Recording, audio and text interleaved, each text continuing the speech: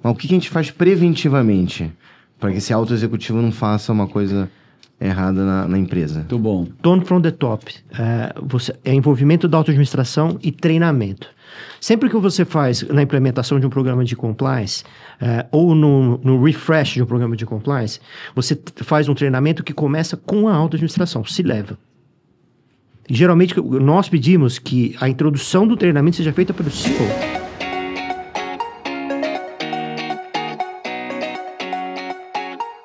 Senhoras e senhores, estamos aqui no Boldcast. Estamos aqui na 4ª temporada e cada vez mais elevada. São 2 grandes nomes do setor aqui que eu tenho muita admiração. Gustavo Ayala. Tudo bem, Dani? Fala, Gustavão, como é que você tá, irmão? Tudo ótimo. Voltando de carnaval agora. Voltando de carnaval, mas sabe que tem gente que tá assistindo agora, é Natal, as pessoas estão se reunindo, é atemporal o nosso podcast, por isso que é muito legal. Você tá bem, cara? Tô bem. Que bom. E você? Também, estamos aí muito felizes, né? Porque sempre que a gente grava esses episódios, né? Eu tô aqui na 4ª temporada, eu acho que a gente bate na tecla que a gente democratiza o assunto. E vem pessoas numa categoria aqui. Podemos relembrar grandes entrevistas que tivemos aqui, nomes fantásticos, né? Bom, Suzano, né? Foi um que viralizou bastante, para a gente falar um pouco sobre a história de sustentabilidade, entre outros, né? Exato. Ex-diretor da ANEEL. Uma turma forte. É uma turma forte. E nós temos o nosso Henrique Pérez, um homem que já é pai, consagrado, já tem essa patente. Eu tô indo para minha 3ª filha, então você pode saber que esse podcast... Quase, né? Tá quase. É um podcast familiar de empreendedores e que precisam pagar boletos. Por isso que eu venho muito aqui e faço com tanta alegria. O nosso convidado de hoje, que é uma simpatia, que tem um currículo extenso e muito respeitado, preste muita atenção. Olha a trajetória profissional dele, que incrível. Já ultrapassa 30 anos, ele é um dos maiores e mais prestigiados advogados do nosso Brasil, na área que é muito discutida hoje, que é compliance and investigações. Investigações sempre internas, né, das empresas. O cara da Universidade de São Paulo... FGV, transitou, né, também pelo MBA na França, pós-graduação pela Harvard Business School. Sua atuação também se destaca na gestão de grandes projetos de compliance, como a gente falou aqui, além da liderança de grandes investigações internas brasileiras e internacionais. Seja muito bem-vindo ao Boldcast, o nosso Wilson de Faria. Tudo bem? Tudo bom, Daniel? Obrigado pela recepção, obrigado por estar aqui, os amigos, é um prazer estar aqui na Bold com vocês. Você tem um prestígio muito grande, a gente adora conversar com advogados, às vezes até para uma consulta pessoal nossa, né, da empresa. Hoje o mundo fica mais difícil. Claro. Eu vou pedir só para você falar um pouco mais próximo aqui. Wilson, parabéns, né, pelo seu currículo, trajetória, mas a gente não ouvia muito a palavra compliance e no Brasil a gente gosta... Alguns anos atrás. Sim. E primeira definição, né, para a turma que está escutando, a gente vendo, o que seria compliance, por gentileza? De uma forma muito simples e direta, compliance é fazer a coisa certa. Simplesmente isso. Perfeito. Compliance é fazer a coisa certa, tá? E como que se aplica o compliance dentro das empresas? Através de um sistema normativo que é montado para atender todas as áreas da empresa, para que essa empresa esteja fazendo a coisa certa. E ele é um corpo ativo que funciona como equipe gerenciando essas normas internas, vamos chamar assim. Muito legal. Sabe que dentro dessa gestão, né, antigamente a gente podia chamar do RH, né, sempre tinha uma pessoa da RH, eu lembro da querida Marli, que eu já trabalhei no RH, inclusive me demitiu, um abraço pra Marli, né, mas era sempre uma situação complexa, quando você vai lidar, mas depois eu arrumei o emprego de volta. Mas entre essa área que a gente está falando da comunicação, seja interna ou externa da empresa, precisa de um alinhamento, seja do CEO com as pessoas que vão ter essa gestão. Então, a comunicação, como é que funciona a comunicação de um compliance e como que as empresas devem se comportar? As regras de compliance, nós chamamos de pilares de compliance, que são os princípios básicos do compliance. E o princípio número 1 chama-se tone from the top, o tom que vem de cima. Tá? O compliance só funciona se a auto-administração da empresa estiver envolvido e comprometido com isso. Tá? Essa é a primeira coisa. Tá? Depois vem todas as outras. Tá? Ele vai funcionar também na medida em que uma vez que a auto-administração esteja imbuído, esses conceitos, essas normas, essas políticas que nós chamamos, tá? Nós chamamos de políticas, nós chamamos de normas. Essas políticas sejam de conhecimento de todos dentro da organização. Então, passa por um outro pilar que é treinamento constante. Legal. Tá? Então, eu tenho um canal de denúncia, as pessoas sabem o que é canal de denúncia, as pessoas sabem o que é, corrigir. Usar, né? É para reclamar do produto que veio com defeito? Não, isso não é compliance, é corregedoria, é outra coisa. Tá, né? Bom. Então, o compliance merece um sistema educacional dentro das empresas para que todo mundo saiba do que se trata, tá? Legal. Sabe que qualquer empresa, né, a gente vê as Big Techs falando sobre cultura. E eu queria trazer um pouco esse assunto aqui na mesa para vocês, principalmente, porque a cultura dentro da Bolt, da Bowie, ela é muito intensa, identificada, tem uma clareza de vocês. Vocês sabem exatamente aonde elas estão. Como é que funciona, antes da gente entrar no compliance, passar a cultura da empresa, né? Para quem está dentro da Bolt ou da Bowie, como é que funciona para vocês? Então, uma excelente pergunta. A gente veio ali de dezembro de 23, tá, com 45 colaboradores no total. E aí você passar essa cultura é mais fácil. Tá? Você tem uma série de mecanismos que você passa de maneira mais fácil. Você conhece próximo todo mundo. Né? Hoje a Bolt e a Bowie, ela tem 150 colaboradores. Então, quando você escala, você começa a ter esse tipo de problema. Tem gente que você nem conhece, nunca falou com você. Como você consegue escalar a cultura? Então, foi uma dor que eu e o Henrique começamos a trabalhar para como a gente escala essa cultura. E tivemos diversas iniciativas, né?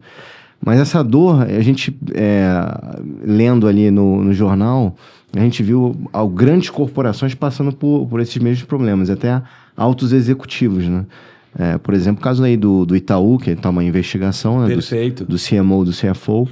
Então, aí, eu queria fazer uma pergunta aqui. Como é que você garante, assim, quando você tem um alto executivo numa empresa fazendo uma coisa fora do compliance, como você garante, que medidas que a empresa pode fazer? Né? Tá, bom, essa questão é interessante, porque voltamos naquele pilar inicial, tem que ter um comprometimento da auto-administração, porque senão não funciona. E eu já vi vários casos assim, olha, eu tenho aqui um problema de, vamos supor, assédio, né? Que é considerado um problema menor, às vezes, é uma questão de assédio moral, do nosso diretor comercial. Eu preciso investigar. Mas pega leve, porque esse cara vende pra caramba. Sabe? A gente vê aí o que você consegue fazer. O cara entrega resultado. Sabe? Tipo o filme, aquele Uber, né? O Uber não tem um caso desse do filme, né? Tem, verdade. Então, se a auto-administração não tiver imbuída desse espírito, de fato, não vai funcionar. Porque quando vem um caso na auto-administração e não é punido, você acaba com a credibilidade do sistema. Tá? No caso de empresas mais estruturadas, empresas multinacionais, por exemplo, é muito comum quando você envolve um C-level no Brasil, você traz a equipe de investigação de fora, tá? E um consultor de fora. Tá? Isso é normal. De fora do Brasil? Ou de fora de fora do Brasil. Não, geralmente é gerenciado a administração por um consultor, per equipe externa. Sim. E você contrata alguém do Brasil. Por quê? Geralmente a investigação tem que seguir uma série de princípios do país. A questão, por exemplo, do Brasil muito sensível é trabalhista. Uma entrevista de compliance de um advogado americano é muito mais agressiva do que nós. Porque nós temos questões trabalhistas muito sérias, muito importantes, tá? Que eles não têm. Tá? A outra questão, soft isso, né? Outra questão são as nossas regras de LGPD, que são diferentes de outros países e outros continentes, né? Proteção de dados, né? Então, geralmente, um caso mais importante é gerenciado de fora, numa empresa grande, mas com uma equipe externa, independente, fazendo investigação. Sabe que quando a gente precisa denominar, né, as coisas, principalmente num processo que a gente vive cultural. Então, assim, o que era no passado assédio é diferente do que é colocado hoje, e até para uma consciência, né, das pessoas. Eu queria que você definisse, e a gente, principalmente, que eu acho que é um assunto, uma pauta que vem muito no compliance, é sobre assédio, seja o sexual ou assédio moral no trabalho. O que se define, de uma forma jurídica, assédio moral e assédio sexual? Como é que a gente consegue, além de denominar, entender como a gente consegue colocar para assédio é crime, né? Com uma pena que vai até 2 anos de detenção. Quer dizer, o assédio sexual é quando um superior hierárquico usa da posição para conseguir uma vantagem sexual, em síntese. Dá uma promoção para alguém em troca de sexo e uma ameaça, né? Ou não vou te mandar embora se você fizer isso ou aquilo. Certo. Tá? O assédio moral é um pouco diferente, tá? E gera bastante confusão, porque o assédio moral é uma conduta repetitiva. O assédio moral não é aquele dia que o teu chefe brigou com a mulher, chegou em casa bater na porta, chegou no escritório bater na porta e falou um palavrão. Sim. Não é isso assédio. Assédio é se você fizer isso todo dia com a tua equipe, aí virou assédio. Agora, se aquele dia que você bateu o carro e chegou de mau humor e respondeu atravessado, isso não é assédio. O assédio tem que ser uma conduta repetitiva. Uma coisa constante. Exatamente. Tá? E isso numa investigação, a gente tem critérios muito objetivos para definir o que é e o que não é. O difícil no caso de assédio moral, já antecipando, é a questão de prova. O sexual também é difícil, tá? Mas hoje são os casos, Daniel, com maior número. O maior número é de assédio moral. De assédio moral, tá? Seguido de assédio sexual. Estou falando isso em casos de denúncias de crimes ambientais, questões financeiras. O maior número disparado são questões de assédio. E é interessante que esse número começou a se destacar e subir, em média, 20% ao ano, a partir de 2020. O ano da pandemia. Caramba. Todo mundo em casa, né? Cabeça, né? A saúde mental foi para... A última coisa que ia passar na minha cabeça da minha equipe é que a gente já está fazendo mais casos de assédio, porque a gente achou que não ia ter esse tipo de problema, porque não tem contato. Pelo contrário, né? Devido ao estresse que as pessoas estavam passando, muitos casos de assédio. Olha só. E de lá para cá só aumenta. É o que mais aumenta. Em termos de número, é o que a gente mais faz de investigação. Mas vamos então aprofundar, porque esse é um assunto, né, muito recorrente. Do outro lado da mesa, né, do CEO, que às vezes pode ter uma falsa denúncia, né, e respeitando todas as denúncias e as situações, obviamente. Como é que funciona uma falsa denúncia? Como é que é a apuração? E quais são uma sistemática que você já está acostumado a também lidar? Porque às vezes, né, muitas vezes, a causa, obviamente, ela é nobre, mas as pessoas se apropriam de uma causa ou por benefício próprio. Então, assim, é tão difícil os dois lados, e empreender no Brasil, o cara montar uma empresa e ter uma situação que está do outro lado também. Como é que funciona para você? Olha, é interessante que você começou a entrar num outro pilar do compliance, que é o canal de denúncia. Tá? Ele é uma ferramenta absolutamente imprescindível dentro do sistema de compliance eficiente. Tá? Um canal de denúncia, ele vai capturar de forma imparcial denúncias por escrito ou verbais, de todos os colaboradores da empresa. Tá? Geralmente, esse serviço ele é terceirizado. Tá? E o que é muito importante é que todas as denúncias sejam investigadas e que, mais até importante do que investigada, que quem denunciou tem o retorno. Tá? Uma das políticas de um sistema de compliance é a política de proteção dos denunciantes. Sigilo. Tá? Então, isso é uma questão muito importante para as pessoas de compliance. Você tem que proteger quem está denunciando. Tá? E uma vez feita a denúncia, que entra pelo canal de denúncia, em geral, às vezes não, às vezes alguém vai no RH e conta. Alguém vai no compliance e conta. Né? Só que, mesmo nesses casos, ela deve ser registrada num log, tá? E você tem que dar um andamento àquilo. Ponto que você colocou, existem muitas denúncias vazias. Existem muitas denúncias vazias. Tipo, meu chefe chegou lá, só porque ele bateu o carro, ele tratou todo mundo mal. Isso é uma denúncia vazia, mas ele faz isso sempre? Não, foi a primeira e única vez que ele fez. Fecha o caso. Sim. Eu vou dar um retorno... Mas tem que ter o retorno. Sim. Que essa pessoa foi investigada, essa denúncia, mas só que era uma denúncia vazia, era uma denúncia que não merece prosperar. Né? Outros casos são casos de RH. Né? Por exemplo, meu chefe não me promoveu porque ele não gosta de mim. Isso não é problema de compliance, é problema de RH. Sim. Então você encaminha, é uma denúncia vazia para compliance, mas você encaminha para o RH. Tá? E tem acho que, como eu bati na tecla aqui, esse assunto, tem um processo também da parte etária, né? Tem uma pessoa que às vezes tem mais idade e funcionou de uma outra forma, até a tratativa. E é muito difícil também a gente achar esse ponto de equilíbrio. Lógico, a pessoa, o que a gente mais quer é que tenha um entendimento da situação. Mas falando, né? São gerações diferentes. São gerações diferentes. Essa parte geracional, né? Também, de um lado que...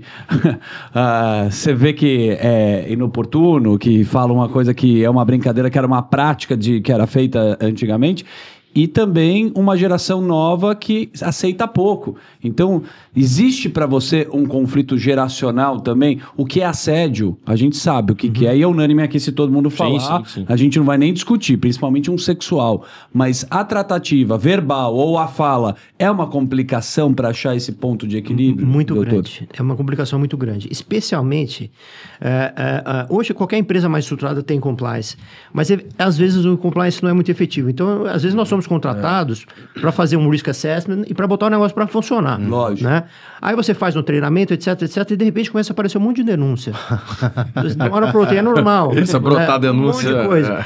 E aí você vai descobrir que aquele diretor de comercial que vende pra caramba, ele faz todo mundo trabalhar até meia-noite porque ele quer que bata a meta e não sei o quê, e o jeito dele é assim, assim. Aí você vai conversar com o cara e ele fala assim, mas eu sempre fiz isso. Sim, tem 20 anos que eu faço isso. Eu sempre fiz isso. Só que agora isso tá aparecendo, isso não pode mais fazer isso. Eu sou sorry. A gente não tá na década de 70 mais, né? Mas isso acontece até hoje, isso é muito comum. Essa questão geracional realmente gera conflito. E do outro lado também, acredito eu, né? Que é uma geração mais nova, às vezes que não aguenta também a carga emocional, né? Não tá acostumado a receber um não. É difícil esse equilíbrio também, né? Mas não é questão de compliance, é de RH. É de RH. Você falou que é o primeiro pilar, né? É passar a cultura realmente, né? Tá tudo interligado. Mas surgem questões assim. Aí você encaminha. Legal. Tava querendo fazer uma outra que é o seguinte. Quando o alto executivo faz uma coisa errada, você falou, vai ter uma investigação externa. Mas o que a gente faz preventivamente para que esse alto executivo não faça uma coisa errada na empresa? Muito bom. Tone from the top. É envolvimento da auto-administração e treinamento. Sempre que você faz na implementação de um programa de compliance, ou no refresh de um programa de compliance, você faz um treinamento que começa com a auto-administração, se leva. E, geralmente, nós pedimos que a introdução do treinamento seja feita pelo CEO. Que venha o CEO e fala assim, olha, isso aqui não é brincadeira, nossa empresa vai contratar e vai demitir com base nessas normas aqui, sabe? E vocês precisam prestar atenção nisso aqui, tá? E aí, esses caras que são seus líderes, eles têm que também ser os exemplos, inclusive os embaixadores de compliance, tá? Que é uma maneira que você faz para disseminar os compliance fora daqueles poucos profissionais do departamento de compliance. Você chama seus caras principais da empresa e nomeia eles embaixadores de compliance, ou seja, eles vão ser responsáveis por educar as suas próprias equipes em compliance. E aí você consegue estar envolvendo essas pessoas. Agora, se você pega alguém que está, por exemplo, vou citar um caso aqui que acontece ainda, o assédio sexual, né? Você pega aquele seu diretor de vendas, que é um cara espetacular, todo mundo é amigo dele, ele vende pra caramba, só que ele está cometendo assédio sexual, isso é crime. Esse cara tem que ser demitido e você tem que ir atrás de uma persecução criminal contra ele. Tá? Esse é o segundo passo, né? Você apurar e depois você se habilitar como acusação e acompanhar o caso, né? É interessante que tem muitos casos, especialmente de fraudes financeiras, que faz a investigação, apura, foi o fulano, roubou lá 10, 20, 50, 100 mil, demite. Não faça isso. Demita e entra com uma queixa-crime. E acompanhe esse queixa-crime. Esse cara tem que ser preso. O próximo cara que sentar naquela cadeira tem que saber que vai ter consequência se ele não seguir as regras da empresa. Sim. Tá? Até dá pra gente fazer uma ligação aqui que tem a lei, né, que entrou em vigor tem mais de 10 anos, né, que é a anticorrupção. E você acredita que de lá pra cá teve alguma mudança significativa? O que você está vendo, assim, da postura das empresas em relação a essa transparência e se está tendo cumprimento das normas? Como é que você enxerga? Então Daniel, é interessante você citar, né, a lei anticorrupção, ela é de 2013, né, acho que vocês vão lembrar, foi quando teve aquelas manifestações por causa dos casos de corrupção que estavam surgindo no Brasil, que depois se tornou a Lava Jato. Perfeito. Tá? Sim. Então você teve a lei anticorrupção em 2013, depois você teve o decreto anticorrupção em 2015, e o nosso decreto é bem interessante porque ele regulamentou acordos de leniência, mas ele também dentro dos acordos de leniência, ele define o que é um programa de compliance. Tá? Ele foi buscar na definição da legislação norte-americana e trouxe lá um programa de compliance efetivo é 2 pontos, A, B, C, D, E, F, G. Né? E com base nisso, os pilares de compliance foram erigidos aqui no Brasil, com base nesse decreto. Né? Então é bastante útil a gente saber exatamente o que é o compliance, o que eu preciso ter. Está na lei, a gente sabe. Perfeito. O que precisa ter. Tá? Então, se você for comparar, hoje, até a questão do Trump, do FCPA, e também estão soltando aí, o Supremo soltando algumas pessoas que até confessaram crimes, né? O compliance está numa fase de baixa, eu vou dizer assim. Mas se você for comparar numa década, o que foi feito, foi muita coisa. Mas você diz em baixa Brasil, mundo ou...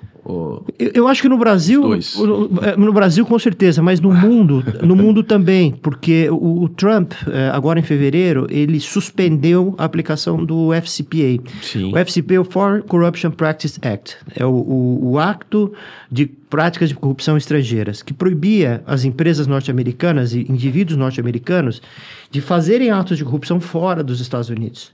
Então, aquela empresa, a Shell, a Exxon, que estava lá em Angola pagando para ganhar contratos, né? Começou licitações, a ser licitações e tudo mais, passou a ser criminalizado nos Estados Unidos. Isso em 1977, né? Estamos falando aí de quanto tempo? De quase 50 anos. Quase 50 anos. Né? Então, isso foi um grande salto no combate à corrupção mundial. E foi seguido por várias legislações no mundo. Inclusive, o UK Bribery Act, que é o ato de anticorrupção do Reino Unido, ele não só coloca como corrupção a corrupção pública, que é aquele quando você pega e paga um servidor público para ter uma vantagem, mas ele também criminaliza a corrupção privada.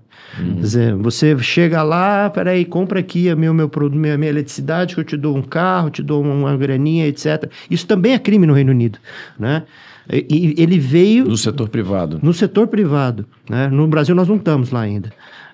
Mas agora em fevereiro, estou falando no mês passado, o Trump suspendeu o FCPA. Suspendeu a aplicação. Porque ele disse que isso estava atrapalhando as empresas norte-americanas a fazerem negócios, né? Ao redor do mundo. E só para pontuar em relação a isso, né, o que a iniciativa do Trump, além dessa, é que é o seguinte, culturalmente nos Estados Unidos o lobby é uma coisa legal, né? Sim. Que eu até, você está citando isso aqui, eu queria trazer essa discussão.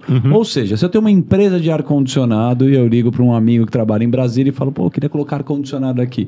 Eu vou lá e faço ar-condicionado para o Senado inteiro e ganho em cima disso através de uma relação. Os contratos aqui, principalmente do setor de energia, são contratos longos, de décadas e bem burocráticos em relação a isso. Então, quando uma empresa tem uma licitação, muitas dessas vezes no nosso país acontece uma corrupção porque o cara tem um interesse, ele fura uma fila e por aí vai.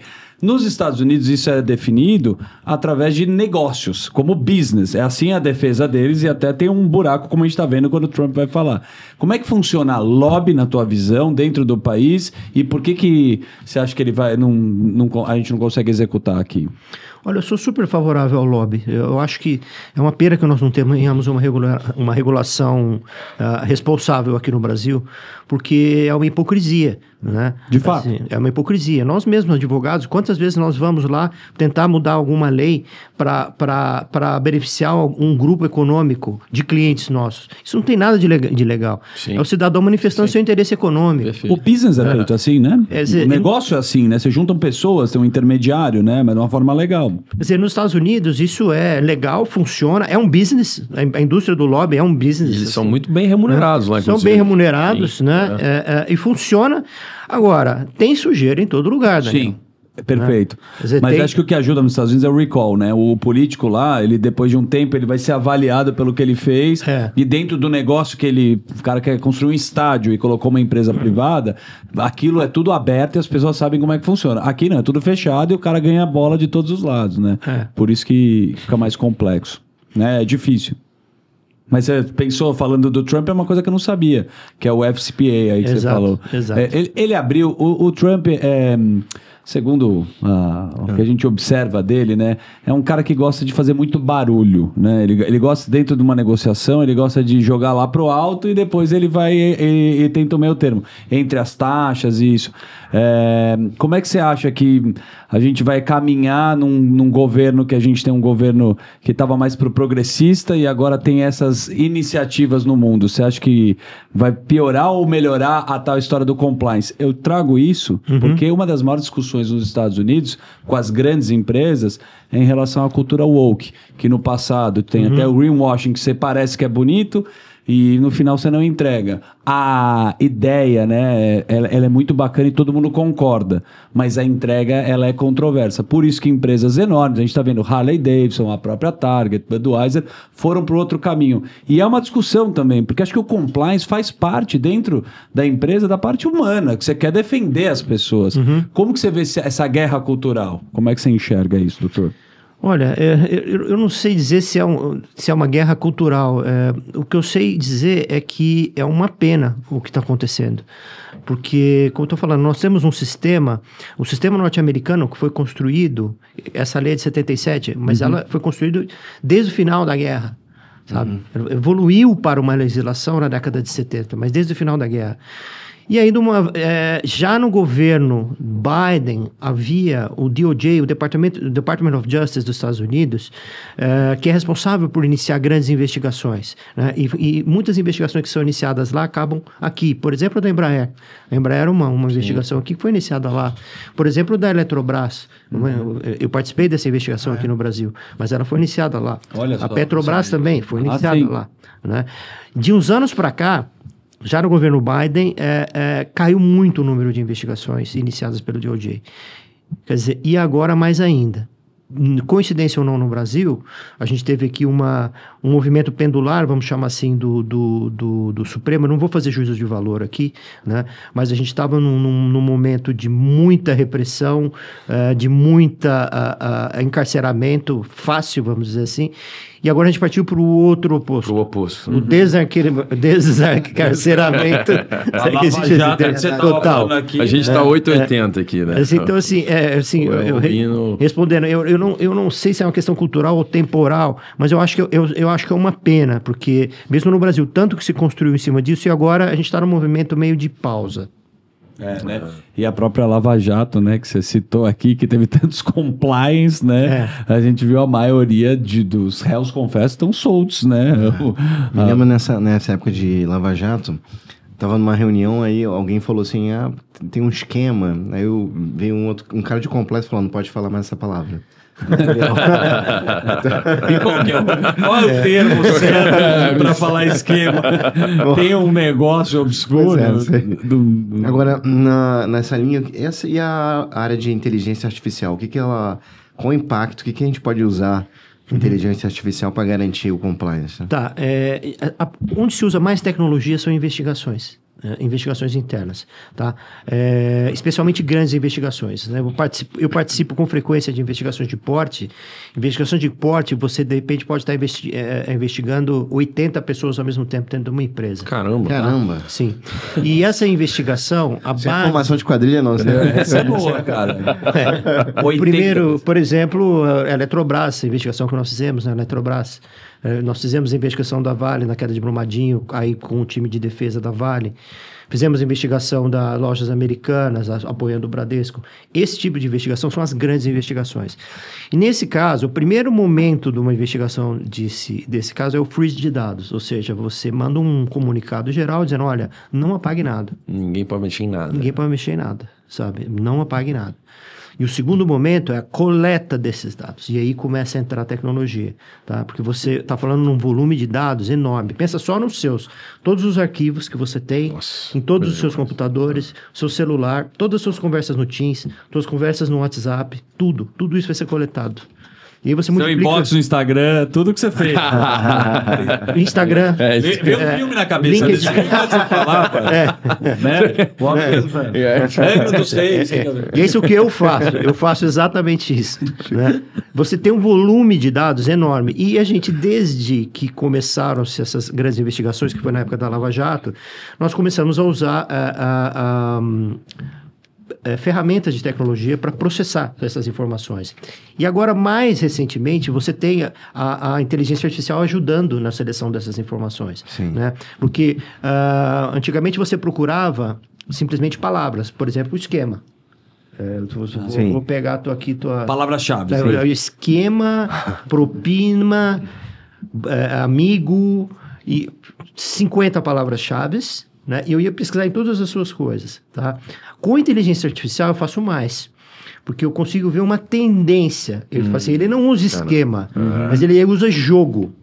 A própria inteligência artificial, ela já vai, ela consegue... O armazenamento de informações. Ela, né? Dentro dessas informações, ela já consegue te direcionar a coisas que ela tem, que ela suspeita que sejam suspeitas, sejam objeto da investigação, né? Às vezes o jogo é só jogo também. Sim. Só eu sou corintiano, adoro o jogo. Então, jogo é o tempo todo a gente falando de jogo, mas só que às vezes pode surgir o jogo. E o jogo? E aí, como é que é o jogo? Né? Mas as empresas têm usado também de maneira preventiva? Boa. Eu nunca vi. Né? Eu nunca vi. Tem que começar a fazer isso lá no Bolt. Vai entrar no outro lugar, que é LGPD também, né? Que você tem que proteger os caras, senão todo mundo fica paranoico, né? Se você está sendo investigado o tempo inteiro por uma empresa. É verdade. Como é que você calcula esse risco também? Não, mas às vezes tem um pagamento esquisito, que aí tem um alerta, não tem alguma coisa desse tipo? Olha, no que eu faço, a gente não entra nessa seara. Eu não entro nessa seara. Se você me ligar e falar, eu tô aqui desconfiado que está tendo alguma coisa errada aqui no departamento financeiro. Aí sim. Aí então, funciona. Me mostra o seu organograma. Quem que assina? Quem que autoriza? São 10 pessoas, nós vamos ir atrás de 3 aqui, nós vamos atrás. E eu posso fazer isso, você pode fazer isso. Porque essas informações são da empresa. Eu não posso entrar no seu celular pessoal, mas o celular da empresa, eu posso pegar, dar licença, eu vou olhar o seu celular. E posso fazer isso preventivamente, né? Vamos dizer assim. Sim. Mas não se faz preventivamente sem uma suspeita. Tá? Pelo menos eu não trabalho dessa maneira. Eu nunca trabalhei e o mercado não trabalha assim. Então, a tecnologia... ela acaba ajudando muito, mas ela também tem alguns vieses. Então, primeiro você tem que estar respeitando a questão trabalhista. E, geralmente, essas ferramentas são americanas. Então, você tem que expurgar uma série de coisas. Também questões de referência à LGPD. Então, o que funciona? Você usa as ferramentas e usa o ser humano, né? Você tem um híbrido aqui, que é o que funciona. Mas hoje... O que eu precisaria de 100 advogados para fazer uma grande investigação, eu faria com 30, hoje sem o menor problema. É muito legal. Olha, a gente teve uma consulta grátis, e você também, aqui com o nosso grande doutor Wilson de Faria. Que legal. A gente tem que fazer mais um episódio agora, falar de family office, de outros posicionamentos de empresa. Quem quiser consultar ou contratar você, ou colocar um compliance, tem uma rede social, um LinkedIn, ou o próprio Instagram, que a gente pode estar hackeado, a gente não sabe hoje em dia, para você divulgar aqui. Como que a turma contrata você? Doutor? É só me mandar um e-mail. O nosso escritório chama W Faria Advogados. É wfaria.com.br. Muito bom. E o meu e-mail é wfaria@wfaria.com.br. Boa, então você manda um e-mail educado, elegante, né? Porque se você falar alguma coisa, ele pode te rastrear e o compliance pode te mandar embora. Obrigado por essa entrevista maravilhosa. Obrigado a vocês. Obrigado. Uma aula, podcast, mais uma temporada. Gustavo Ayala, nosso querido Henrique aqui. Semana que vem, estamos de volta com mais um episódio. Valeu!